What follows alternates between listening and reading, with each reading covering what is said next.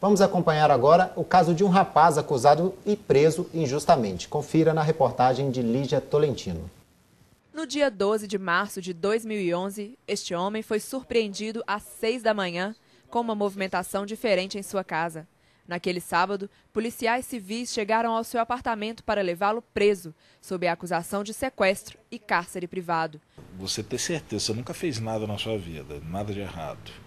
E de repente, ser algemado, ter as suas digitais colhidas, né, e ficar preso, na hora sim o mundo desaba na sua frente. A prisão de Guilherme ocorreu devido à investigação do desaparecimento de uma menor da cidade de Pedro Leopoldo, região metropolitana de Belo Horizonte.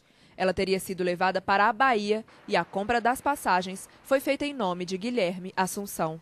A pessoa que comprou a passagem e embarcou com a menor sem autorização dos pais se identificou como Guilherme Assunção Otero. A polícia levantou os endereços dele mais recentes, né? Diante da gravidade do fato da menor não fazer contato nenhuma com a família nas últimas 48 horas, a gente representou para a autoridade plantão pela prisão temporária do Guilherme. Investigado por um crime que não cometeu, Guilherme foi encaminhado até esta delegacia que investigava o desaparecimento da menor.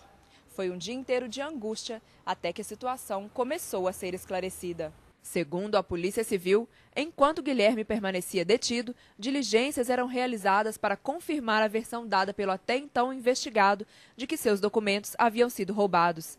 Foi ouvida também uma testemunha que afirmou que a jovem havia viajado por conta própria e sem a companhia de Guilherme Assunção. Diante desse fato, constatando que realmente alguém utilizou os dados, né, e os documentos do Guilherme, ele foi posto em liberdade no final da tarde de sábado. Apesar da aparente rapidez para a solução do engano, para Guilherme, aquelas 12 horas de espera e apreensão ficaram marcadas como algo difícil de superar. Há 7 meses atrás eu tinha dado uma alegria para o meu pai que ele me viu recebendo o diploma de curso superior. E 7 meses depois ele viu o filho sendo encaminhado para o presídio. Isso foi a parte mais constrangedora, né? Na frente dos seus familiares, na frente dos seus vizinhos, na frente dos seus amigos, se isso acontecesse com você. Então isso realmente foi bastante desagradável. Já para o advogado que acompanhou Guilherme, sua prisão temporária foi uma iniciativa precipitada. O inocente teve a sua prisão temporária decretada por 30 dias, baseado numa inferência, numa mera suposição. A gente encaminhou o Guilherme aqui para a delegacia, né? Com todo o apoio da família dele, que compareceu, o advogado, e durante esse dia a gente realizou diversas diligências na região metropolitana para a gente conferir se a história que o Guilherme estava contando realmente era verdade. Se poderia ter um terceiro utilizando o nome dele. A polícia fez, na verdade, foi o que o bandido queria. Ele usa seu documento, se der algum problema, justamente para que a polícia vá no inocente. Desembargador, nesse caso aí, ele foi solto logo depois da comprovação do caso, mas a gente sabe que existem casos iguais a ele, que tem de pessoas que estão hoje em presídios, estão presas, né? Ou em delegacias também, principalmente. No caso dele, tecnicamente, ele não chegou, como ele foi solto no mesmo dia, o inquérito foi paralisado, foi pedir o arquivamento do inquérito, a delegada deve ter feito isso, arquivou o inquérito, ele não chegou a ser, juridicamente, tecnicamente, ele não chegou a ser um condenado. Então ele continuou. Embora popularmente ele achou que ele deixou de ser um inocente, não, ele continuou inocente.